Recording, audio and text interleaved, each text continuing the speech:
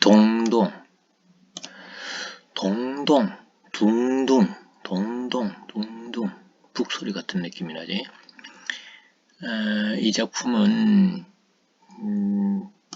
작자 미상인데 고려 시대 노래야. 그래서 일반적으로 고려 소교라고 하는데, 악학괴범이라고 하는 1493년 조선 성종 때 편찬한 궁중음악에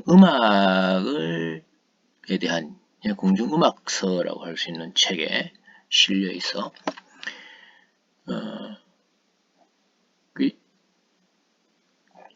그 궁중음악 이런 형식이야. 이렇게 되어 있다. 이렇게.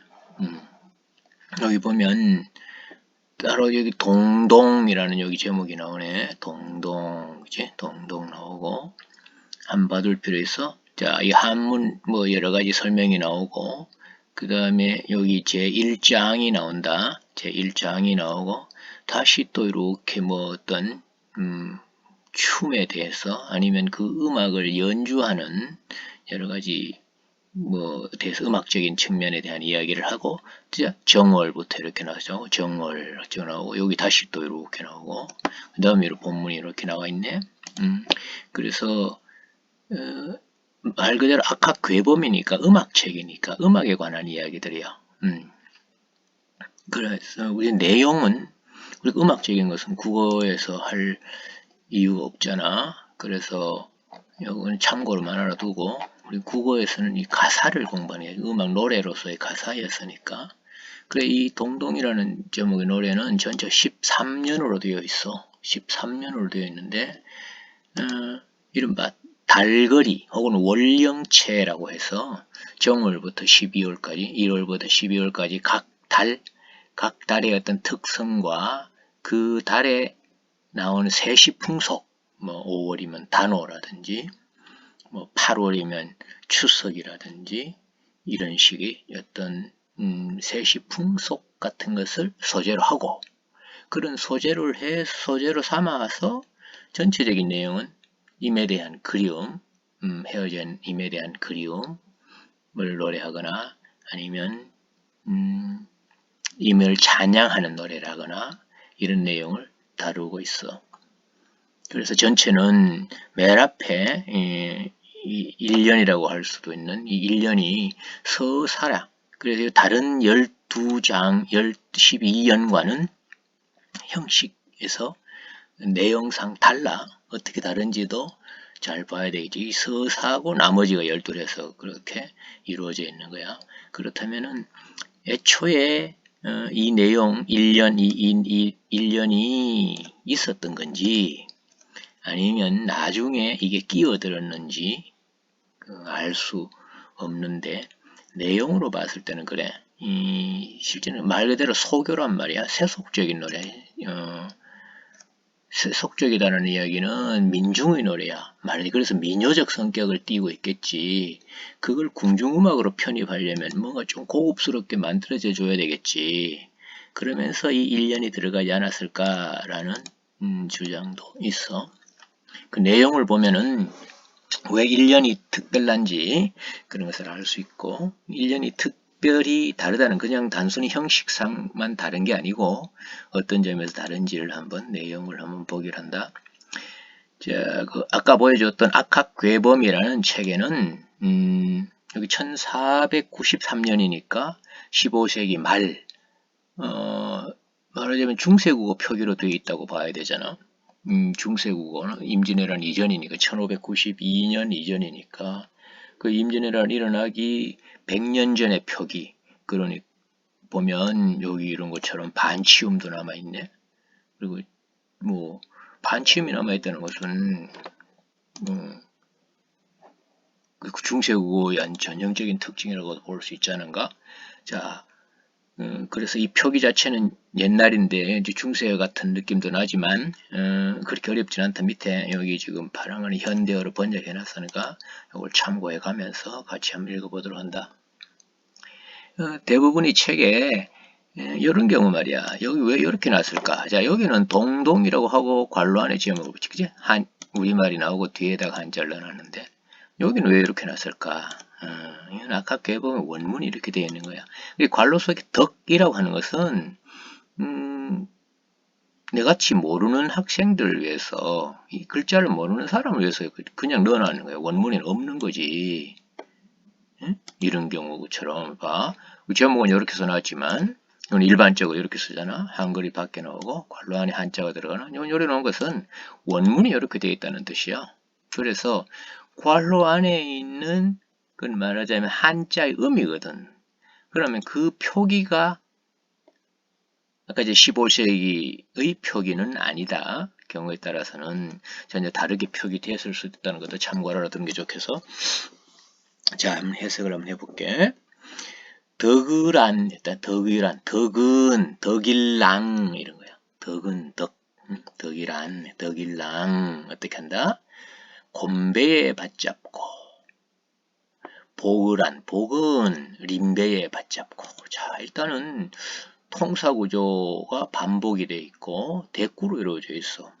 그럼 우리가 이거는 덕목이잖아. 좋은 거잖아. 덕, 그리고 복, 좋은 거야. 이 복은 행복을 말하는 거잖아. 이 덕, virtue, 이건 happiness, 다 좋은 거야. 이런 걸로 여겼다고 받잡고 해서 받잡고, 받잡다, 바치다, 이래서 바치다. 누구에게 바치느냐, 혹은 어떻게 바치느냐, 이런 얘기가 나와야 되겠네. 자, 곤배라는 말을 써서 곤배. 곤배와 림배는 뭔가 의미가 뭔가 연관이 될 것 같아. 곰림. 그래서 어떻게 해석하냐면 이렇게 한번 곰하는 것을 검. 우리 뭐 단군 왕검 밑에 검 이것도 좀 비슷한데 곰하는 것은 옛날에는 어떤 신을 의미해서 신적 존재. 그래서 곰하는 것을 신령님이라고 해석을 하는 그런 경우가 있다. 그 다음에 림은 뭘까 그러면 그거에 따르지 하니까 림은 임 혹은 임금 이렇게 해석하는 거예요. 그러면 또 다르게 보면은 곰과 림은 곰, 림 했는데 림은 우리가 두 법칙을 적용해 임이라고 해보자. 임이라고 해보면 배 있잖아. 배 바다 뭐 강에 떠다니는 배. 그래서 배의 앞부분을 선두 그러고 배의 꼬리 부분을 선미라고 하는데 그걸 가리키는 우리말이 있어. 뭐냐면 배의 앞부분 선두를 가리키면은 이물이라고 그랬어. 이물.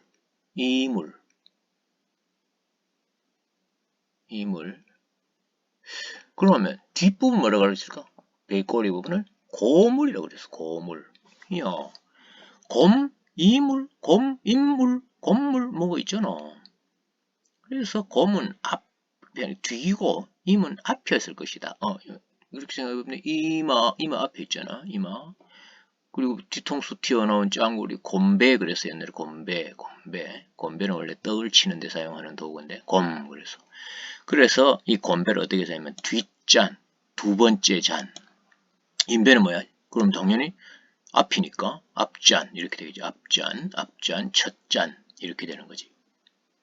그러면 배자는 잔배자거든. 술잔을 뜻하는 건배 할 때 배자잖아. 그래서 곰배, 림배를 어떻게 해석하느냐. 곰배를 뒷잔, 림배를 앞잔 이렇게 번역하기도 하고 곰배를 신령님이라고 하고 이거는 임금님 이렇게 번역을 하기도 하는 거야. 그렇게 이것하고 저것 한다는 말은 뭘 뜻해? 확실히 몰라. 그치? 확실히 몰라. 그러면 어느 것이든 어떤 뭘 바친다 그랬거든. 첫 잔에 바친다 아니면 누구에게 바친다. 그렇다면 이건 어떤 뭐 의식과 연관이 되는 거야. 예를 들어 제사를 지낸다든지 아니면 잔치를 벌인다든지 이런 의식과 연관되는 것이 아니었을까 이런 거야. 그 다음 읽어보자.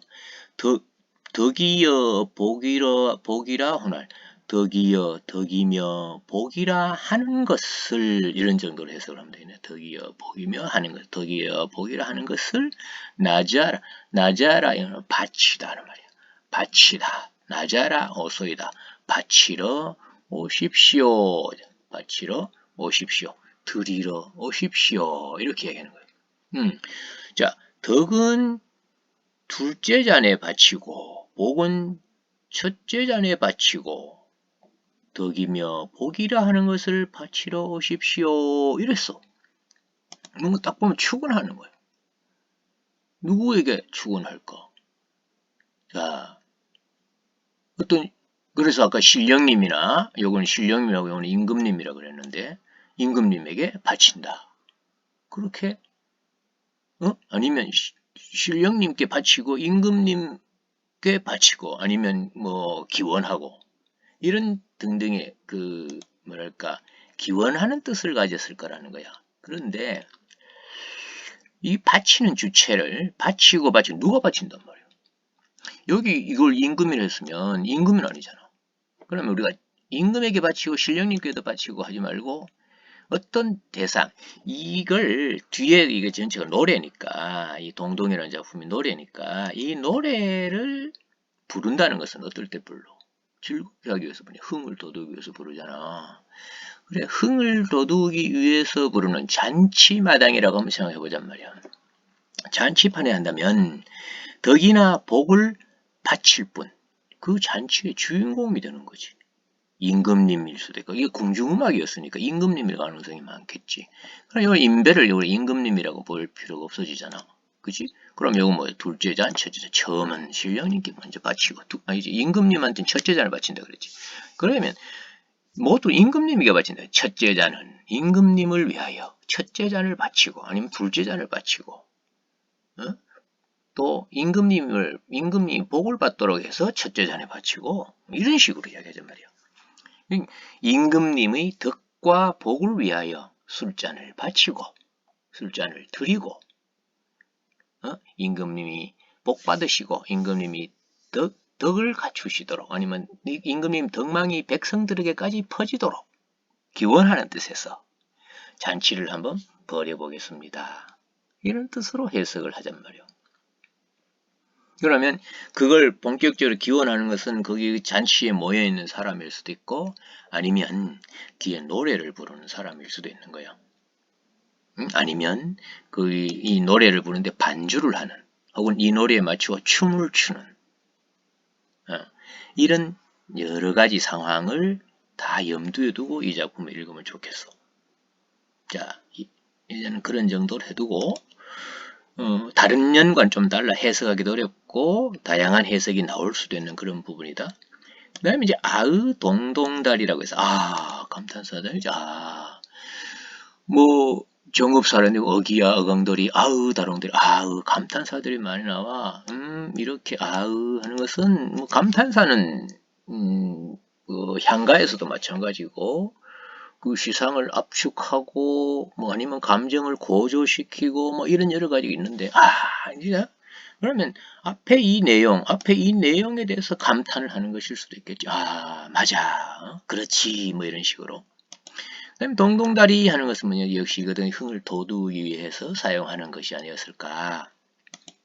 문학적으로 보면 그냥 이거는 동동다리 후렴이야. 전부 똑같아. 강년마다 동동다리가 다 나와. 동동다리 이렇게 나와. 이 동동다리. 어쩌면 이렇게 생각할 수도 있다. 앞에 것은 독창으로 부르고, 이 코러스로 말이야. 코러스로 동동다리라고 불렀을 수도 있지 않을까. 아니면 앞에 가수가 부르면 그 잔치에 모여있는 모든 사람들이 같이 후렴처럼 이렇게 부르지 않았을까. 이런 생각도 할 수 있을 거야. 어쨌건 이렇게 연이 하나 나누어진다. 그지? 뭘 통해서? 후렴을 통해서 각 연을 구분하고 있거든. 그래서 이 후렴은 흥을 돋우기 위한 그런 기능도 하고, 또 한편으로는 각 연을 분리하는, 연과 연을 분리하는 그런 기능도 하는 거야. 그럼 연과 연을 분리해내면 어떻게 돼? 각 연의 독립성이 살아나지. 연이 독립이 된단 말이에요. 이 작품 같은 경우에는 1월, 2월, 3월, 4월 이렇게 월령체니까 대등한 것이 쭉 병렬되어 있다고 할 수 있잖아. 현대시 같으면 각 연이 굉장히 구조적으로 짜여야 되고, 또 어느 연과 연과의 어떤 긴밀한 연관 관계가 없으면 그거는 시적으로 완성도가 떨어지거든. 그런데 이런 시 같으면 정월, 2월, 3월 이렇게 병렬되어 있는 관계니까, 이건 하기야 1월, 2월부터 뭐 어느 3월이 빠져버렸다면 안 맞아지겠지만, 대체로 연의 독립성을 위해서 이렇게 후렴이 들어가 있는 거야. 우리 현대시도 마찬가지. 똑같은 후렴이 이렇게 들어가 있으면 그 연과 연이 어떤 긴밀도가 많이 떨어져. 가장 대표적인 게 정지용의 향수라는 시 있잖아. 그것이 차마 꿈엔 들리 칠리야라고 하는 후렴이 들어있는 거. 그거는 연과 연 사이에 긴밀도가 없어. 경우에 따라서는 1년과 2년을 위치를 바꿔놔도 아무 문제가 안 되고 이런 식으로 후렴이 가진 좋은 점도 있지만 그런 식으로 어떤 완성도라든지 어떤 긴밀도라든지 이런 점에서는 손해가 볼 수도 있는데, 자, 이 뭐 고전 시는 특히 노래로 불렀으니까 현대 시는 노래나 아니나 없는 것이니까 후렴이 반드시 그런 건 아닐 수도 있지만, 특히 이런 동동과 같은 노래는 후렴이 실제로는 연과 연을 구분하고 노래로 되면 1절, 2절 하는 것을 구분해내는 그런 거란 말이야. 우리 뭐 동해물과 백두산이 마르고 닳도록 애국가 같은 경우에도 후렴을 빼버리고 나머지가 어쩌면 꼭 1절, 2절, 3절, 4절 이어야 할 이유가 없는 거란 말이야.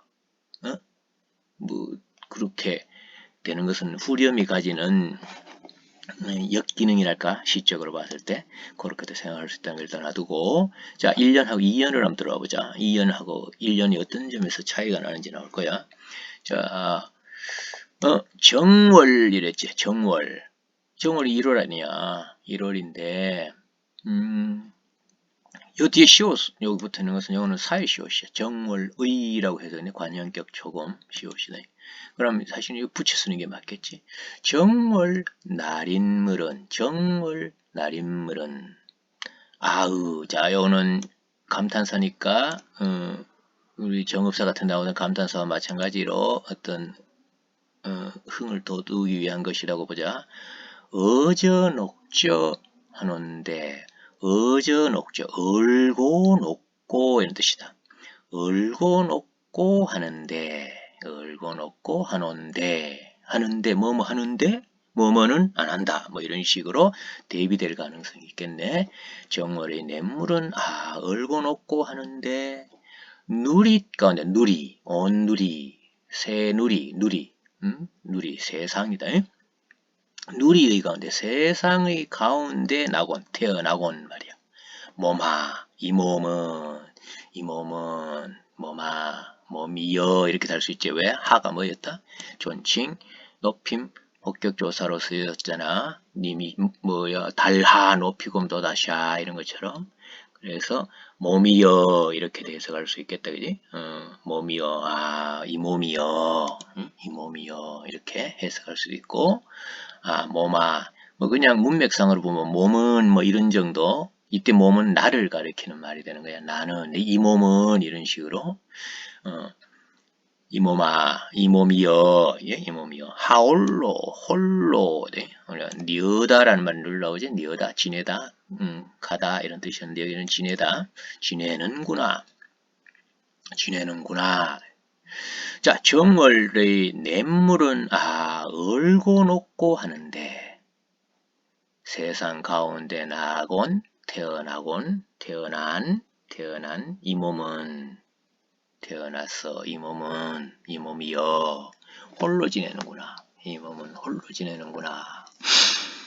자 얼고 녹고 하고 홀로가 대비되는 거야. 지금 홀로 있는 거고 이건 얼고 녹고 하는 거야. 자, 뭔 뜻일까? 어는 거는 합쳐지는 거고 녹는 거는 흩어지는 거지. 물이 얼었다는 것은 임과 나와 함께 있는 상황을 말해. 얼어. 녹는 것은 뭔데? 헤어지는 걸 말해. 그리고 냇물은 어때? 정월에 날인물은 냇물이거든. 날이 이로 날이 조약에 찬 기파란가에 날이 조약이래. 날에서 리을이 탈락해서 나이 됐다가 축약해서 내가 되겠다. 그죠? 오늘 같으면 냇물 되겠네. 그리고 정월에 냇물은 정월 어떤데 봄을 시작하는 달이거든. 정월, 2월, 3월. 왜? 이 정월은 우리가 1월 하니까 한겨울이라 생각하는데 음력이잖아. 음력이니까 2월달이 돼. 2월달은 어때? 강이 얼었다 녹았다 하지. 그리고 2월 강물 얼었다 녹았다 하는데 만났다 헤어졌다는데 이 말이야. 이 세상 가운데 태어났어 이 말이야. 이 몸은 나는 이 몸이여. 야, 이 몸이여. 홀로 지내는구나. 어떻단 말이야? 임과 헤어져 있구나. 그러면 냇물과 나는, 이 몸은 어떻게 되냐? 대비가 되는 거지. 얼었다 녹았다 한다라고 하는 정월의 어떤 냇물, 화자의 처지와 대비되는 이 냇물을 통해서 화자의 정서를 드러내는 거예요. 화자는 어떻다? 임에 대한 그리움, 아니면 홀로 지내는 외로움을 노래하고 있잖아. 이거는 지금 세시풍속이 나와 있는 건 아니야. 뭔데? 이 정월달에 어떤 특성, 정월의 특성, 어떻다, 얼었다 녹았다, 물이 얼었다 녹았다 하는 그런 특성, 이걸 가지고 노래한 거야. 자, 그럼 1년과 이 2년이라고 할 수 있는데 2년을 한번 비교해보자. 1년의 화자는 누구였어? 1년의 화자. 1년의 화자. 오십시오라고 한 존재잖아. 그러면 2월의 화자는 홀로 지내는 내가 1년에서 오십시오 했는가? 아니잖아. 화자가 바뀌었어. 응? 실제 화자가 바뀌어버린 거야. 그러면 이 뒤에 나머지 2월, 3월 쭉 가면은 확인되지만 그때는 화자는 다 임에 대한 그리움을 지니고 있는 존재야. 나야. 나라고 해도 좋겠지. 나라고 한다면 1년은 그 같은 사람이 아니야. 임에 대한 그리움을 노래하고 있는 사람이 덕이어 보기로 하는 것을 바치러 오십시오라고 얘기하지 않았거든. 그래서 나는 1년을 어떤 잔치를 벌이는 그 마당에서의 어떤 오프닝 멘트 정도. 그렇다면 이 오십시오라고 하는 화자는 어쩌면 사회자쯤 되지 않을까. 아니면 이 노래를 부르는 사람, 가수. 뒤에 나오는 정월부터 나오는 나는 누군데? 그거는 시제 화자고. 그렇게 차이가 있지 않을까. 그렇게도 이해할 수가 있겠다. 자, 1월 됐지? 냇물이 나오고 냇물과 대비되는 나가 있었고, 얼고 놓고 하는 것은 만났다 헤어졌다 한다는 것이고, 나는 홀로 지낸다라는 것이 1년의 내용이었다. 자, 혼자 사는 외로움이었겠지? 2월 가보자. 2월 보름이라고 그랬네. 2월 보름에는 뭘 했을까? 2월 보름에는 연등놀이를 했다는 거야. 연등놀이. 정월 대보름은 찰밥도 해먹고 막 그랬는데 2월 보름에는 3월 3월 달쯤 되면 이제 막 농사를 짓기 시작하고 막 그럴 때니까 2월 보름에는 나도 어릴 때 그런 기억이 있어. 2월 보름에도 떡을 해 먹었던 것 같아. 물론 등을 올리고 하진 않았지만은 2월 보름에 이제 연등 등을 이렇게 걸어두고 하는 그런 놀이. 4월 초파일에 그 연등은 불교적인 것이지만은 이건 물론 고려시대라서 불교가 전혀 무관하지는 않았을지 모르겠다만 2월 연등놀이가 있단 말이야. 그래서 그 등을 높이 둥둥 띄워 날려보내는 그런 풍속이 있었을 거야. 그런데 그런 것과 연관돼서 등불이 나온 거야. 그 나오니까 월령체도 있고 나중에 참고 시간 나면 한번 찾아봐. 관등가라는 가사가 있어. 관등가. 관등은 뭐냐? 등을 구경하는 거야. 연등놀이를 구경하는 건데 그것도 역시 왜냐하면 월령체로 되어 있거든. 가사인데 아주 정연한 형식으로 되어 있지는 않지만 그 관등가도 언젠가 한번 봐야 되고 또 참고해서 이 월령체가 나왔으니까 정학유라고 하는 분. 정학유 학유 하면 누구냐면 정약용 선생의 아들이야. 정약용 선생 아들인데 정학유가 쓴 농가월령가라고 하는 가사가 있다. 굉장히 길고 그 어떤 내용이냐면 농가에서 농사를 지는 집, 농가에서 다달이 뭘 해야 되는지. 그걸 물론 거기도 그 세시풍속에 대한 이야기도 나와. 세시풍속도 나오고 정월달에는 어떤 세시풍속이 있고 정월달에는 농부가 농사를 위해서 뭘 해야 된다. 이런 내용으로 나와 있는 작품이 있는데 그것도 농가 월령가다. 월령체로 되어 있다. 그 작품도 꼭 한번 구해서 읽어놔야 될 거야. 자, 읽어보자. 2월 보름에는 보름 15일이 보름이지. 높이. 자, 이거는 이어적기를 해놨다. 그죠? 현, 했다. 현. 높이 현. 이 현 하는 말은 높이 켠 하는 말이야. 높이 켜놓은. 현 하는 말이 불을 켠다, 불을 켜다라는 말로 쓰이는 예를 하나 보여준다면 그거야. 불현듯. 불현듯. 맞지? 불현듯. 불을 켜놓은 듯. 그 현이야 이게. 현. 높이 현. 높이 켜놓은 등불. 등불. 다호라. 다호라는 답구나. 등불 답구나. 혹은 뭐 등불 같구나. 등불 같구나. 등불 답구나. 어? 그러면 등불 같구나 했을 때 등불 누구를 이렇게 이야기했을까? 2월 보름에 높이는 등불 날까? 나가 아니고 누구였을까? 임이었겠지. 이 임은 말이야. 2월 보름에 높이 켜놓은 등불 같아. 왜 그렇게 임이라고 얘기하냐면 1년에서 만나고 헤어지고 하는데 나는 홀로 있다 그랬잖아. 임과 헤어져 있는 화자가 있었거든. 그래서 높이 한 등불 같네 라고 이야기한 것은 헤어진 임을 그리워하면서 임에 대한 예찬, 임의 인품을 찬양하는 것이라고 보면 되겠지. 높이 한 등불 같구나. 만인 비추이실 쯧이자 쯧이셨다.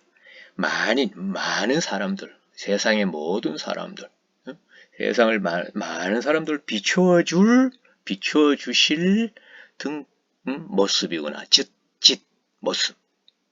모습이구나. 많은 사람들을 비추어줄 모습이구나. 이거는 시적 화자가 임을 그리워하는 임을 이야기하는 것일 수도 있는데 1년하고 연관지어 본다면 어떨까?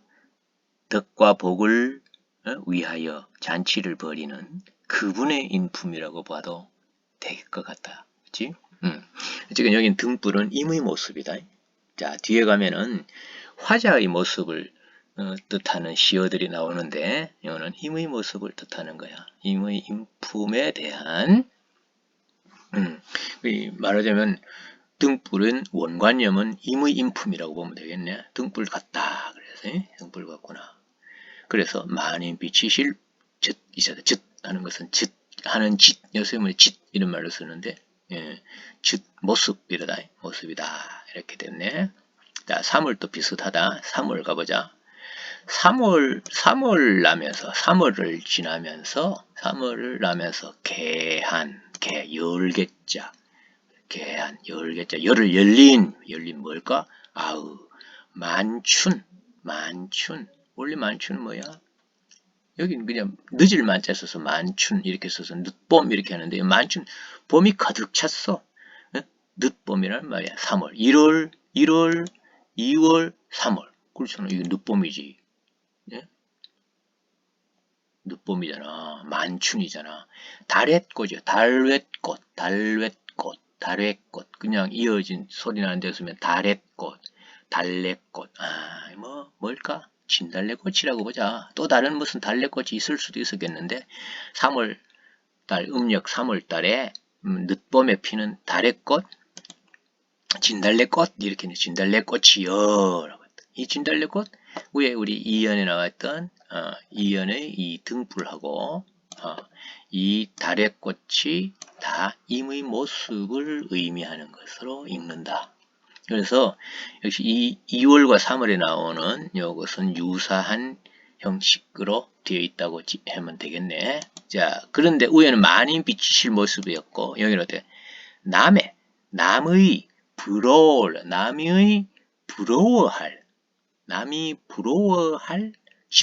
모습을 지니고 나셨구나. 남이 부러워할 모습을 지니고 나셨네. 2월, 3월. 자, 등불과 달의 꽃을 통해서 임을 예찬하는 그런 내용으로 되어 있구나. 6월, 3월. 됐지? 이걸 지니고 나셨구나. 이랬다. 자, 4월 한번 가보자. 4월. 4월 아니죠. 4월을 아니 잊고, 이 말이네. 4월을 아니 잊고, 잊지 않고, 오실서. 오셨구나. 오셨구나. 곧꼬리세요. 꾀꼬리세요. 아, 꾀꼬리가 4월이 오네. 응? 꾀꼬리 4월이 오는데 양력으로 하면 5월이 되겠네. 그치? 5월은 자, 4월, 여기 4월은 여름이 시작하는 달이잖아. 그치? 그럼 꾀꼬리는 뭐야? 여름철새네. 꾀꼬리가 왔대. 꾀꼬리. 떠오르는 작품? 방조가? 방조가. 또 뭐 있지? 꾀꼬리 나오는 거? 박목월, 윤사월? 그 문설주에 기대고 꾀꼬리 소리 들었잖아. 꾀꼬리새요. 어떤 색깔? 노란 색깔. 꾀꼬리 하면 노란색이 떠오르는 그 시각적 이미지가 떠오르는 사람도 있고 꾀꼴꾀꼴이라고 우는 청각적 이미지를 떠올리는 사람도 있겠네. 여긴 꾀꼬리는 뭐야? 응? 화자가 꾀꼬리를 본 거야. 꾀꼬리 왔네? 이렇게 된 거야. 꾀꼬리 왔네? 자, 무슨 연관이 있을까? 무슨다. 일단 무슨다. 무엇 때문에, 이런 말이야. 무엇 때문에, 녹사님, 녹자, 기록할 녹자재. 이을 사자. 그럼 이 녹사님이 벼슬 이름이야.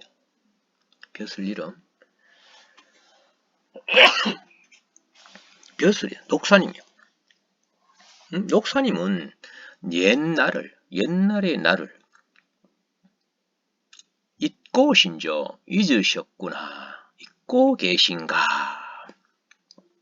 잊고 계시는가. 뭔가 이제 짐작이 가네. 자, 꾀꼬리는 왔는데 님은 안 왔다는 거지.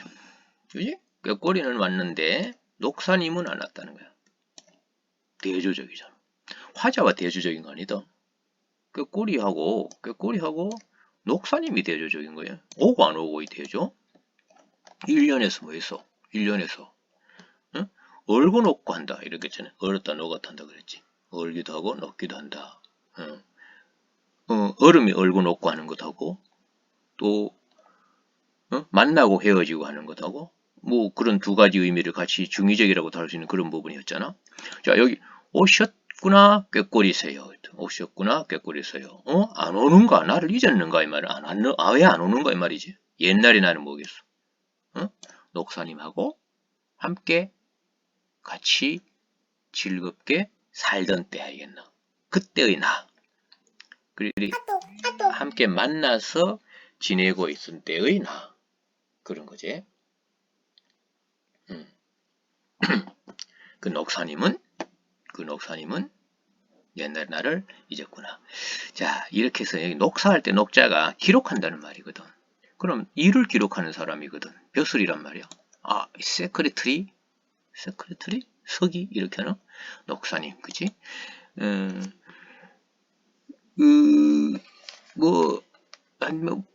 수많은 사람들이, 검토했다고 하는 어떤 책에 보니까 이 녹자를 기록할 녹자는 아니고 풀을 녹자로 써놨어. 사람들이 뭘 봤는지 모르겠어. 기록할 녹자다. 기록할 녹자, 녹사님은 그래야 의미가 든 거지. 그러면 이 벼슬아치라고 했다면 남자가 남자를 그리워한다? 남자가 남자를 임이라고 생각한다? 없을 수는 없지만 그 시대에 있을 수도 있겠지만 화자를 여성으로 보는 게 자연스럽지? 여성으로 보는 게 자연스럽겠지. 녹사님. 그래서 화자가 여성일 가능성이 있다. 여성일 것이다. 라고 보는 결정적 근거는 녹사님이다. 왜? 벼슬아치를 림으로 두고 있는 화자니까. 그치? 그리고 옛날에 나는 화자님과 함께 있던 시대의 나다. 자, 화자 나가 나와 있다. 그치? 그럼 1인칭 화자 나가 나와 있는 거잖아. 나와 있구나. 그게 4월이다. 4월. 다음 5월 가보자. 5월 5일 무슨 날이야? 어린이날이라고? 5월 5일. 음력 5월 5일은 뭐 하는 날이라? 수린날이야. 수린날은 다른 말로 뭐라 그래? 단오 그러지. 단오야. 5월 단오. 춘향전에서 춘향과 이도령이 만나는 때가 단오야. 단오날.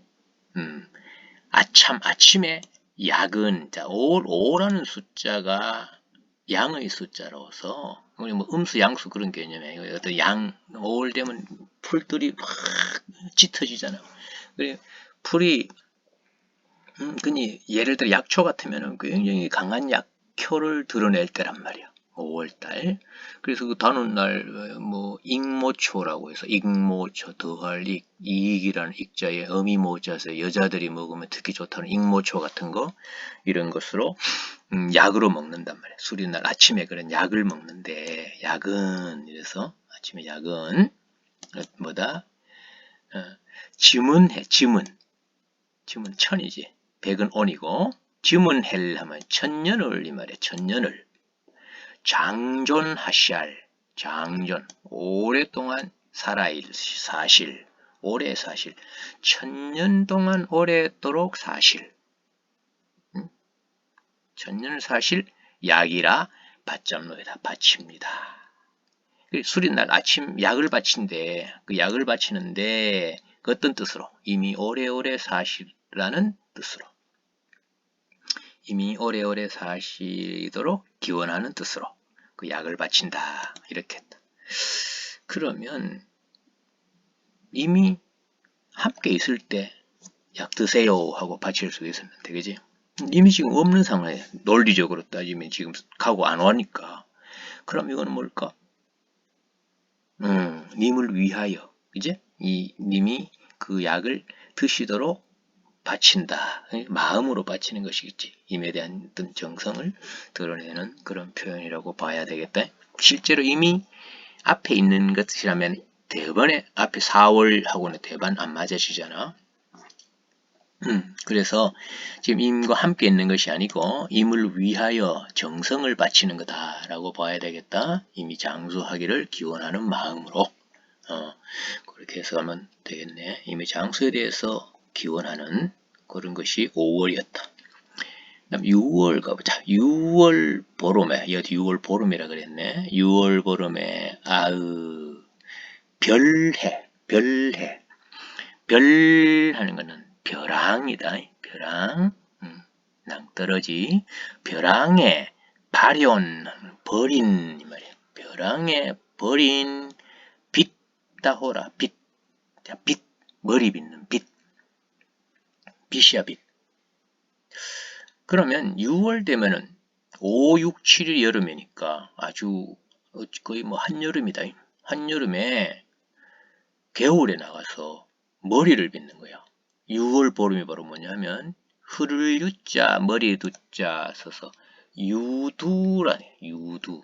여기 이제 위에 5월월이 단오날인 것처럼 6월 보름 유두라고 하는 유두 흐를 유 머리두 흐르는 물에 머리를 감는다라는 의미야. 그 유둔날 이야기야.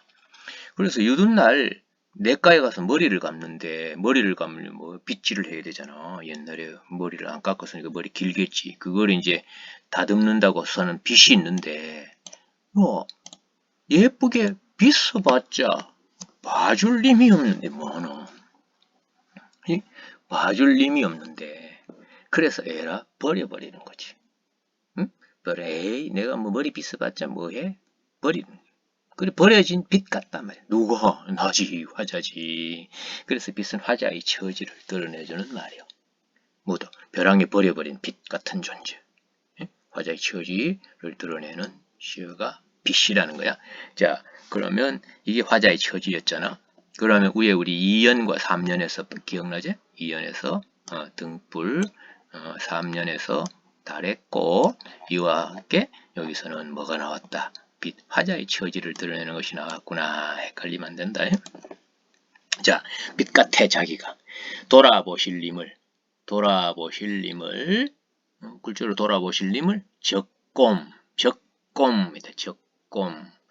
자, 이거는 이제 조금이나마, 잠시나마 뭐 이런 정도의 뜻이다.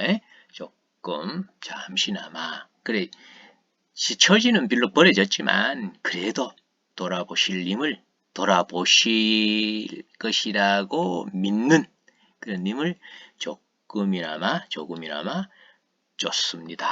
따르렵니다. 따르옵니다. 존니노이다. 쫓다 따르다 이면 따르겠습니다. 이렇게 이야기를 하고 있네. 안 됐지. 처지가 불쌍하잖아.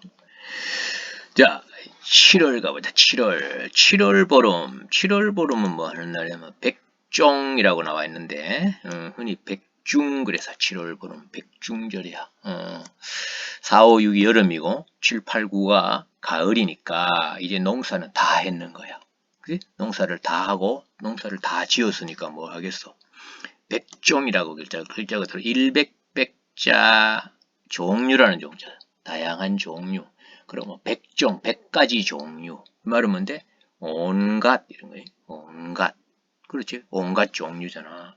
이때 백중절, 백중날에 7월 백중날에 이제 거의 농사를 거의 마무리해가는 과정이란 말이야. 농사를 가을이니까. 그래서 이날은 농사를 잘 되게 해준 그런 뭐 신에게 또는 고려시대는 불교 국가니까 부처님에게 부처님에게 고마움을 표시하는 제를 올리는데 근데 온갖 종류의 것들을 배하여 두고 하는 거야. 배열하여 두고 차려두고 차려두고 여러 종류들을 차려두고 온갖 종류들을 차려두고 버려두고 버려두고서 근데 보통 백종 하는 것을 발꿈치 종자가 있어. 발꿈치 종자. 발꿈치 종자에서 백종, 흰 백자, 발꿈치 종자. 그래서 백종 이렇게 이야기하는 사람도 있다. 왜냐하면 농사가 다 지었으니까 여름 동안 내내 맨발로 물에 들어가 있고 했으니까 어떻게 됐겠어? 발이 하얘졌겠지. 그래서 백종이라고 한다고 하는 사람도 있어서 자, 님을 한대 녀가지요. 원을 비잡노이다. 님을 한대 녀가죠. 녀다는 것을 우리가 지내다라고 한다면 한대는 한 곳에 이제 그러면 님을이라고 하는 게 님과 한 곳에서 지내고자 하는 소원을 님을 한대 녀가죠. 원과 함께 살고자 하는 소원 님과 함께 지내고자 하는 소원 그럼 뭔데? 이미 돌아오기를 바라는 마음하고 똑같이 비잡노이다. 빕니다. 이렇게 인과 함께 지내기를 바라는 소원. 인과 함께 지내고 싶은 거야. 누구에게 빌었어? 온갖 음식을 차려두고 절대자에게 빌었겠지. 부처님에게 빌 수도 있었을 거고 재물을 버려놓고 인과 함께 지내고자 하는 소원을 빕니다. 그래서 여전히 헤어져 있어 지금. 자, 그다음 8월이다. 그러면 음력 8월 하면 떠오르는 게 뭐야? 8월 보름이 뭐야? 중추절이잖아. 중추절 추석이지. 추석을 뭐라 그래 우리가? 한가위 그래. 가위라는 말이 원래 가배에서 온 거야. 이 뜻하고는 이 한자 말하고는 아무 관계가 없는 거야. 그냥 한자는 그냥 음만을 그 당시 우리말을 한자로 표기해내는 것일 뿐이야. 가배. 어떻게 됐을까? 가배. 가배. 어떻게 만들어지지? 자, 그런 거잖아. 비읍이 순경은 비읍으로 되고, 순경은 비읍이 언어으로 바뀌고, 그렇지? 언어으로 바뀌어서 오우해서 가위가 되는 거야. 가위. 그래서 한가위 이런 말이 된 거야. 나리물은 이제 나리물, 날이지만은 이 말이야. 날이지만은. 8월 보름은 갑의 날이에요. 가위 날이지만 한가위 날이지만은 추석이 다들 우리가 요새도 우리 제사 지내고 아니면 온 가족이 모이고 하는 추석이잖아.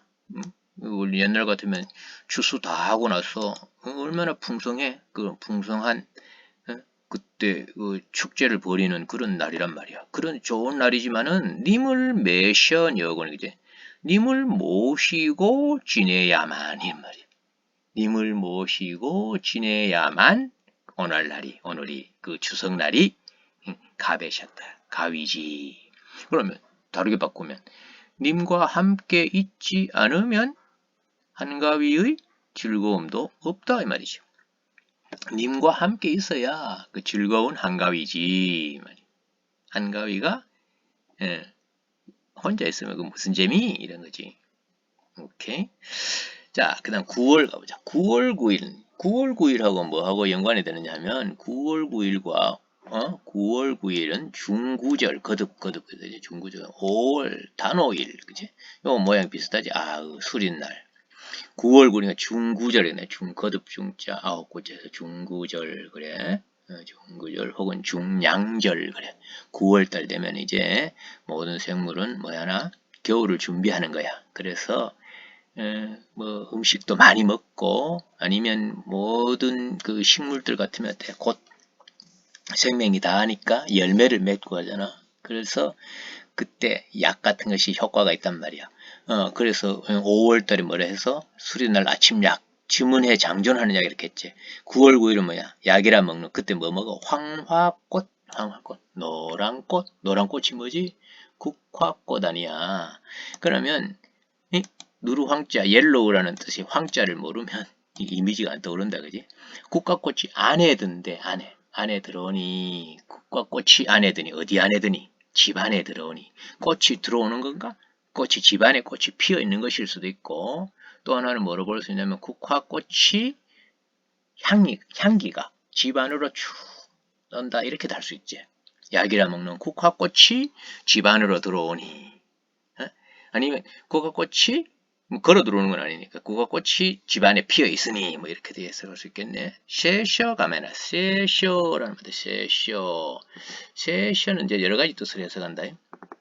세셔 뭐 어떻게 냐면 초가집이라는 뜻으로도 하고 초가집이 가만하구나 가만히 있구나 조용하구나 왜 꽃이 탁 향이 피어오니까 집 전체 분위기가 탁 가라앉아 있는 거야. 굉장히 차분한 느낌으로 그렇구나. 국화 향기가 그렇게 만든다. 이런 의미로 해석할 수도 있고 또 그 꽃이 집 안에 드니 이 세셔라는 말을 말이야. 갈수록 이렇게 세셔가 갈수록 아득하구나 이렇게 해석해. 근데 이제 여러 가지 그 시대에 이런 말 찾아봤겠지. 문맥상으로는 그냥 꽃이 안에라는 말이 있으니까 집 안에 이걸 해석해버리면 어떻게 되냐면 초가 안에 들어오니 그 온 집안이 초가집이 가만하구나. 가만하다 조용하구나. 초가집이 왜? 혼자 있기 때문에 조용하다고 할 수 있겠지. 또 다르게 꽃향기가 쫙 퍼져오니까 분위기가 굉장히 차분해지는구나. 이렇게 달 수 있는 거예요. 그러면 꼭 그 가을의 어떤 분위기하고도 연관이 되잖아. 응? 가만하다는 것은 조용하다고 하면은 화자 혼자 있어서 굉장히 외로움을 느낄 수 있는 그런 분위기야 이거. 가라앉아 있으니까 차분하니까 쓸쓸함을 나타내는 거라고도 해도 되겠지. 자, 그 다음 10월 가보자. 10월에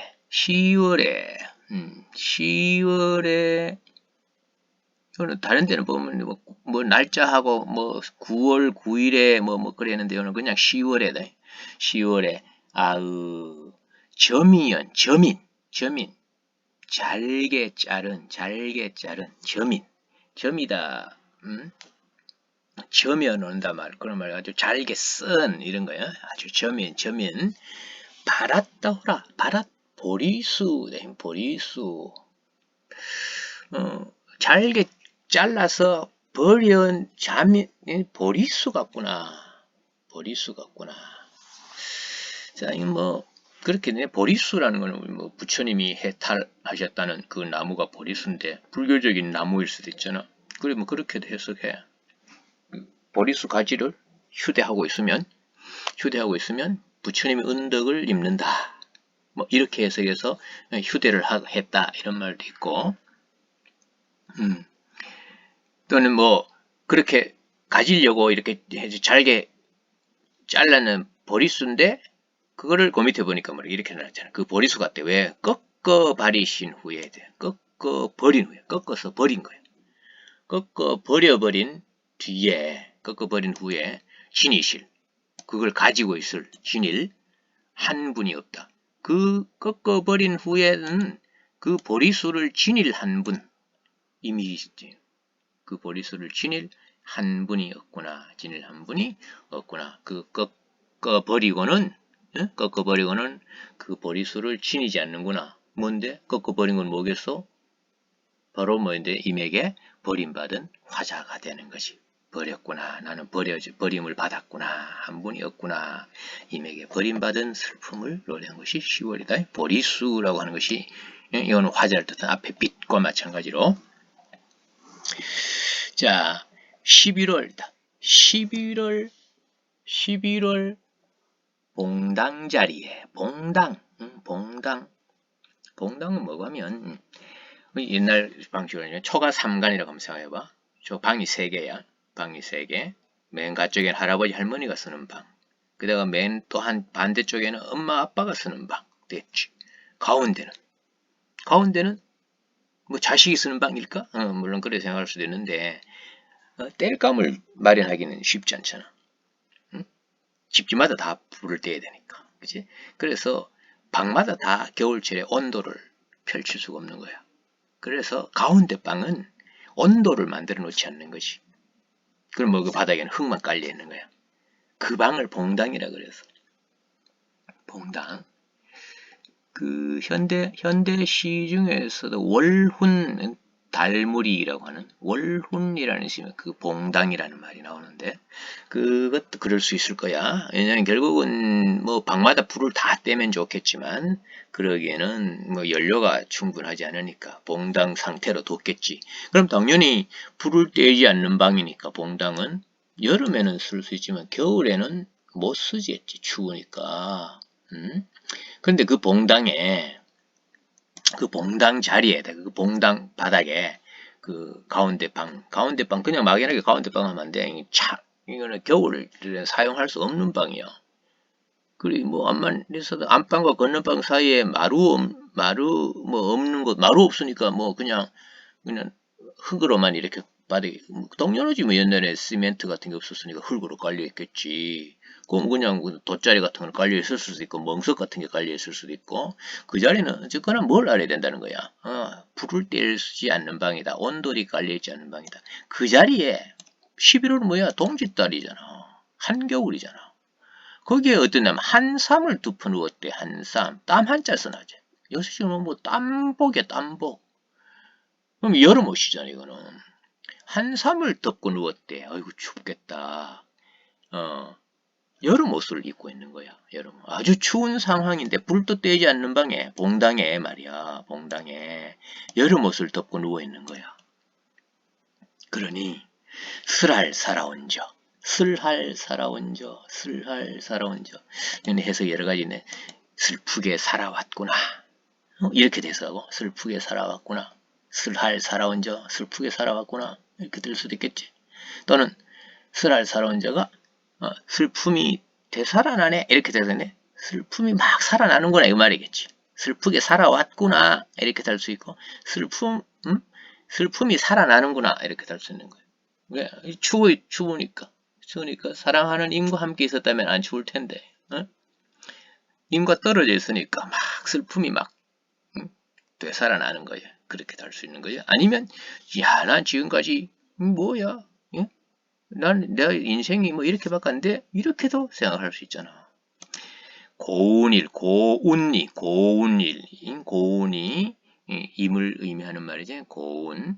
자, 고운이를 스시옴. 자, 뭘까? 스시옴 여의다네. 스시옴 여의고 헤어지고 이 말이겠지. 여의다는 말은 옛날에는 여의다는 말은 이별하다는 뜻도 있었어. 지금 여의다는 사별하는 거죠. 부모님을 여의고 뭐 부모님은 돌아가시고 이런 뜻이야. 그러나 옛날에는 여의다라는 말은 이별하다는 말이다.